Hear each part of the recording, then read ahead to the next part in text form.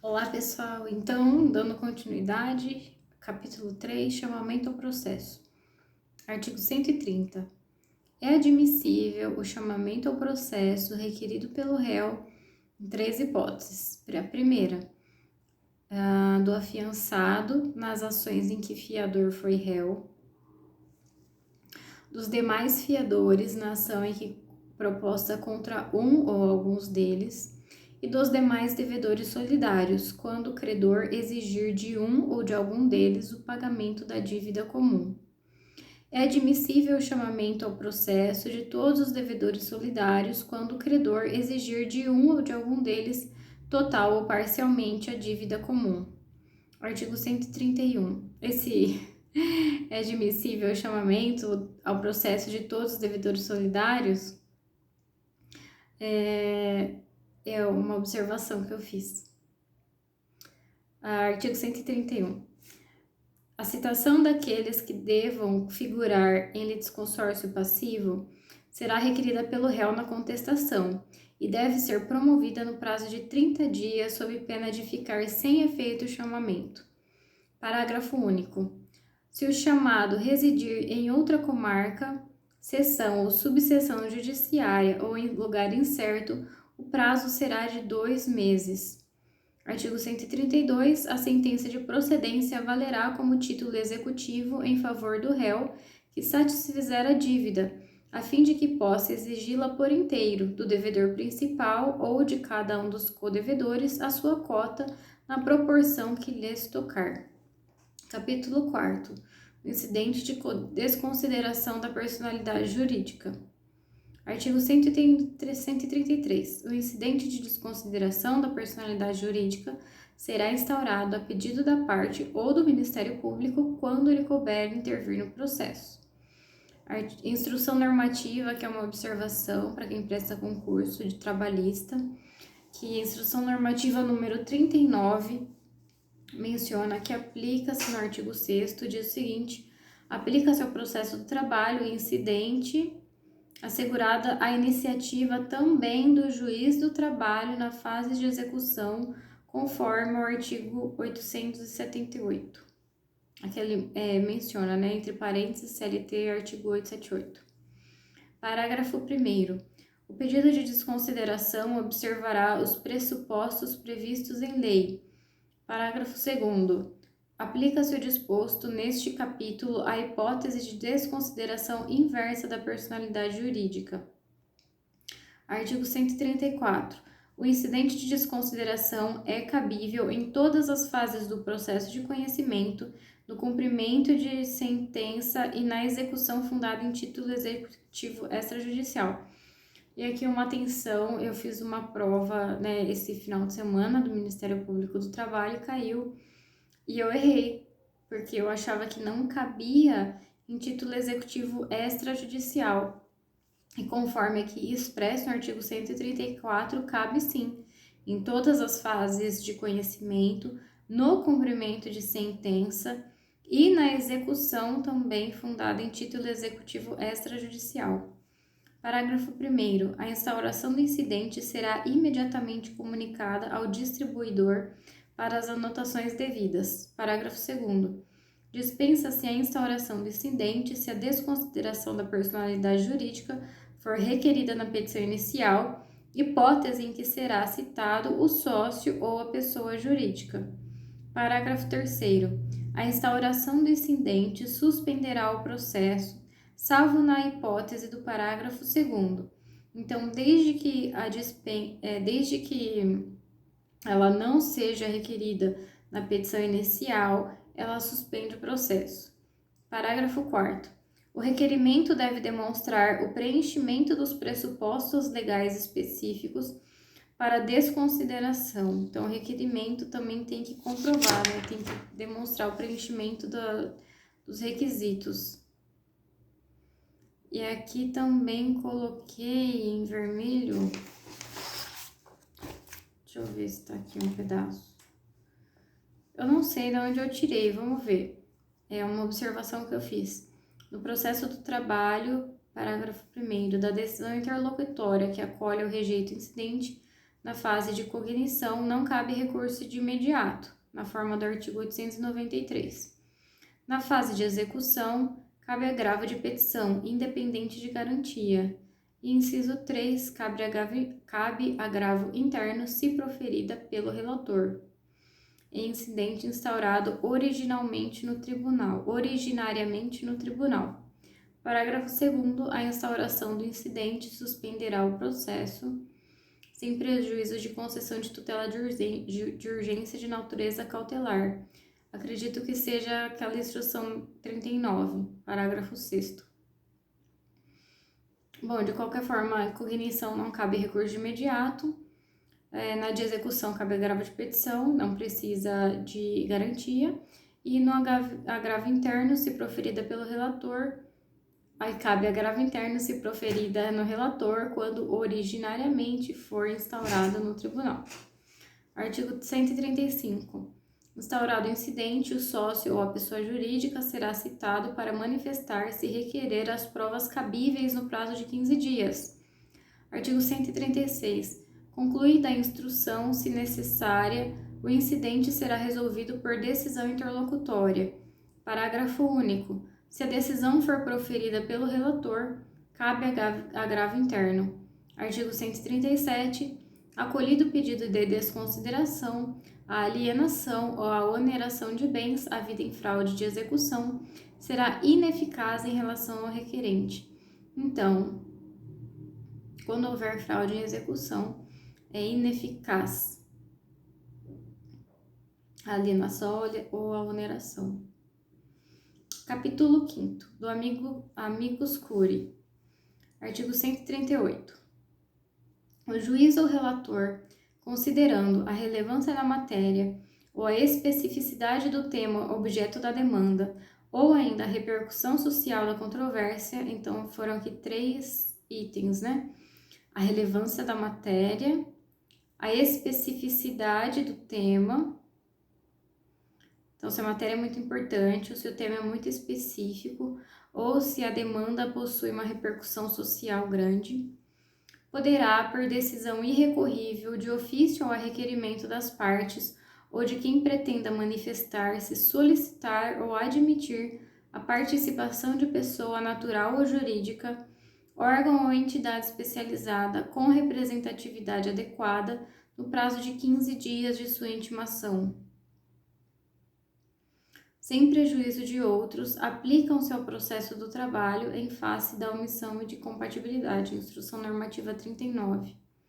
Parágrafo 1º. A intervenção de que trata o caput não implica alteração de competência, nem autoriza a interposição de recursos, ressalvadas a oposição de embargo de declaração e a hipótese do parágrafo 3º.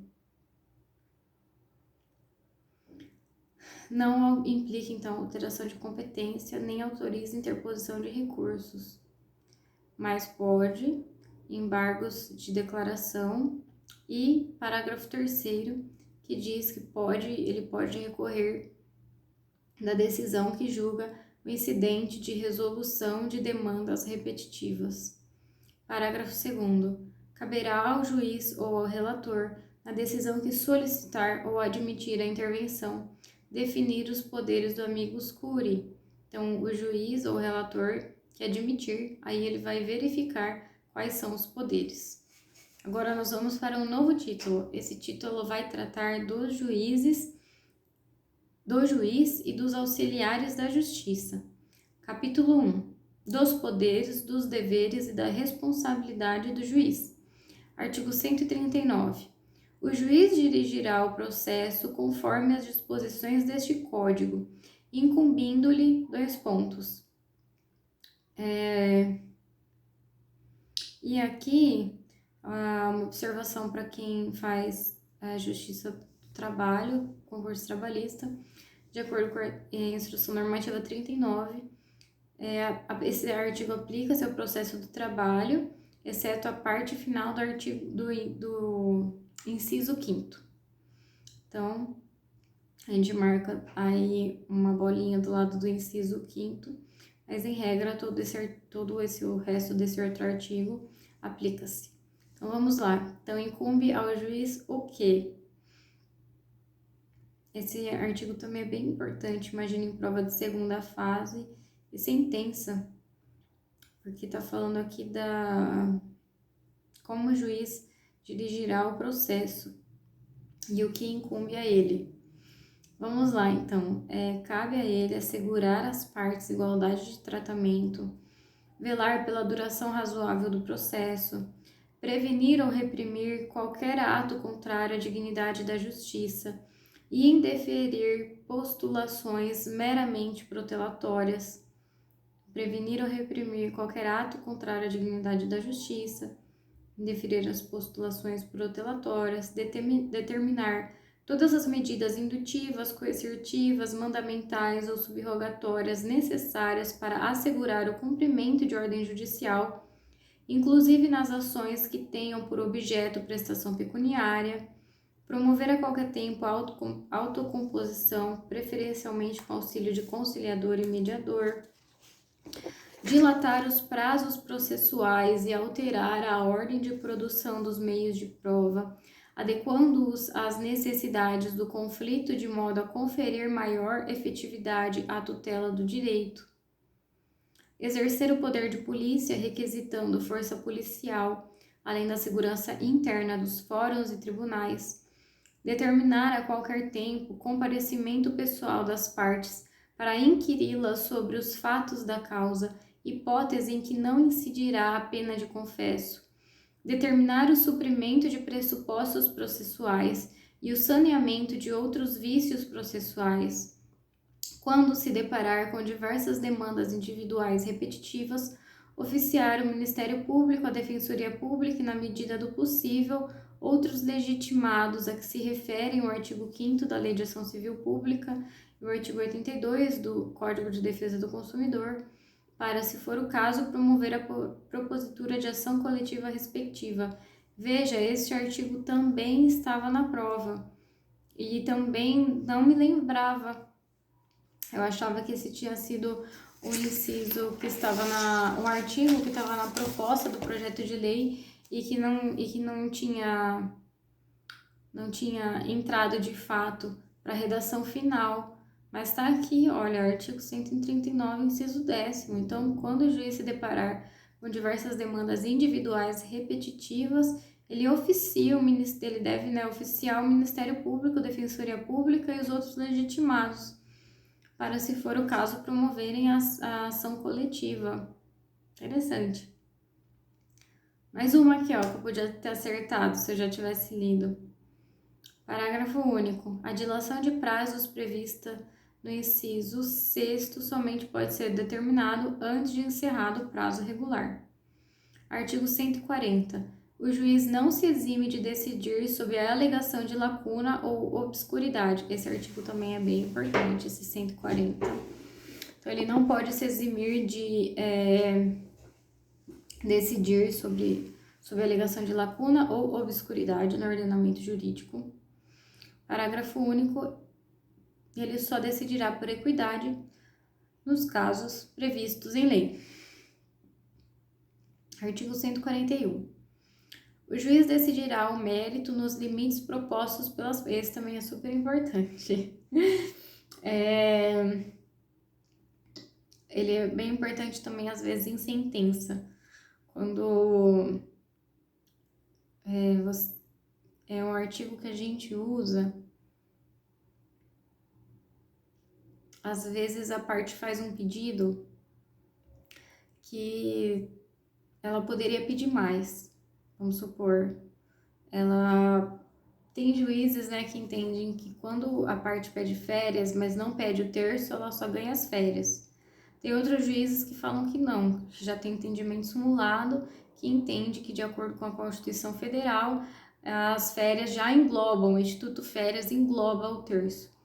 Mas para aqueles juízes que entendem que não, eles dão apenas as férias e colocam esse 141, nesse exemplo que eu estou mencionando, fala que ele está dando só o que a parte pediu. Ele poderia dar mais, querendo dizer, estou concedendo nos limites do pedido. Então, isso é o exemplo que mais me marca. mas tem muitos outros. Então, é um artigo bem importante. 141. O juiz decidirá o mérito nos limites propostos pelas partes, sendo-lhe vedado conhecer de questões não suscitadas a cujo respeito a lei exige iniciativa da parte. Artigo 142. Convencendo-se pelas circunstâncias de que autor e réu se serviram do processo para praticar ato simulado ou conseguir fim vedado por lei, o juiz proferirá a decisão que impeça os objetivos das partes, aplicando de ofício as penalidades da litigância de má-fé. Então, convencendo-se pelas circunstâncias de que autor e réu praticaram ato simulado ou quiseram fim vedado por lei, ele vai dar uma decisão que vai impedir esses fins e vai aplicar também a litigância de má-fé. Então, a decisão impede os fins e também a aplicação da litigância de má-fé. 143. O juiz responderá civil e regressivamente por perdas e danos quando... Então, olha, o juiz também responde por perdas e danos nos seguintes casos: no exercício de suas funções, quando ele procede com dolo ou fraude, não é dolo ou culpa, é dolo ou fraude, e quando ele recusar, omitir, retardar sem justo motivo providência que deva ordenar de ofício a requerimento da parte. Parágrafo único. A hipótese prevista no inciso 2º somente será verificada depois que a parte requerer ao juiz que determine a providência e o requerimento não for apreciado no prazo de 10 dias. Próximo capítulo, capítulo 2. Dos impedimentos e da suspeição. 144. A impedimento do juiz sendo-lhe vedado exercer suas funções no processo, 2 pontos. Em que interveio como mandatário da parte, oficiou como perito, funcionou como membro do MP ou prestou depoimento como testemunha. Outro, de que conheceu em outro grau de jurisdição, tendo proferido decisão. Próximo. Quando nele estiver postulando como defensor público, advogado ou membro do MP, seu cônjuge ou companheiro ou qualquer parente consanguíneo ou afim, em linha reta ou colateral, até o 3º grau, inclusive, quando for... Inclusive... Ai, Jesus! Então, quando nele estiver postulando, defensor público, advogado ou membro do MP, o cônjuge, companheiro, qualquer parente, consanguíneo ou afim, em linha reta ou colateral, até o 3º grau. Pronto, próximo. Tem aqui a palavra inclusive até o 3º grau. Próximo. Quando for parte no processo, ele próprio, seu cônjuge ou companheiro, ou parente, consanguíneo ou afim, em linha reta ou colateral, até o 3º grau, inclusive. Próximo.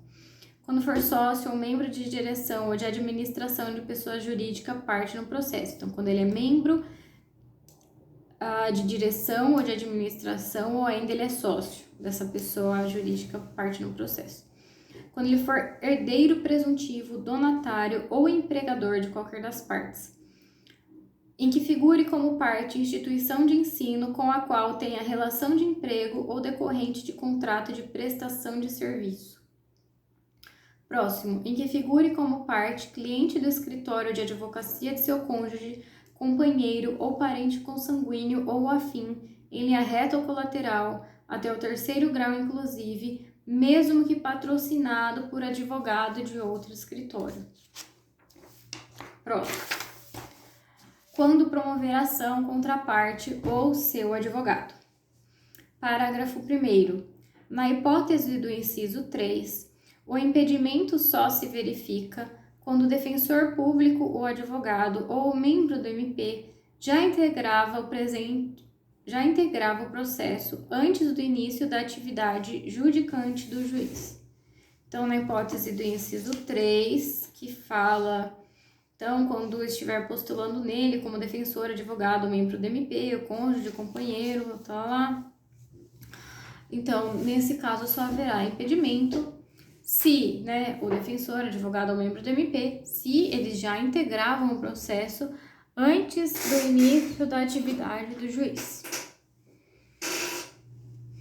Parágrafo 2º. É vedada a criação de fato superveniente a fim de caracterizar o impedimento do juiz. Parágrafo 3º. O impedimento previsto no inciso 3 também se verifica no caso de mandato conferido a membro de escritório de advocacia que tem em seus quadros advogados que individualmente ostente a condição nele prevista, mesmo que não intervenha diretamente no processo. Artigo 145. A suspeição do juízo. Só um minutinho, curiosidade. Daqui a pouco nós vamos ver os auxiliares da justiça. E então, aí daí a gente tem o perito, o depositário, intérprete e os conciliadores.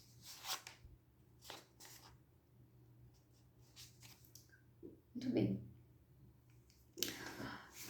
A suspeição do juiz. 2 pontos. Amigo íntimo ou inimigo de qualquer das partes ou dos advogados, que receber presentes de pessoas que tiverem interesse na causa antes ou depois de iniciado o processo, que aconselhar alguma das partes acerca do objeto da causa, ou que subministrar meios para atender às despesas do litígio. Quando qualquer das partes for sua credora ou devedora de seu cônjuge ou companheiro ou de parente destes, em linha reta até o 3º grau, inclusive. Interessado no julgamento do processo em favor de qualquer das partes. Parágrafo 1º. Poderá o juiz declarar-se suspeito por motivo de foro íntimo sem necessidade de declarar suas razões. Parágrafo 2º. Será ilegítima a alegação de suspeição quando houver sido provocada por quem a alega. 2. A parte que a alega houver praticado ato que signifique manifesta a aceitação do arguido. Artigo 146.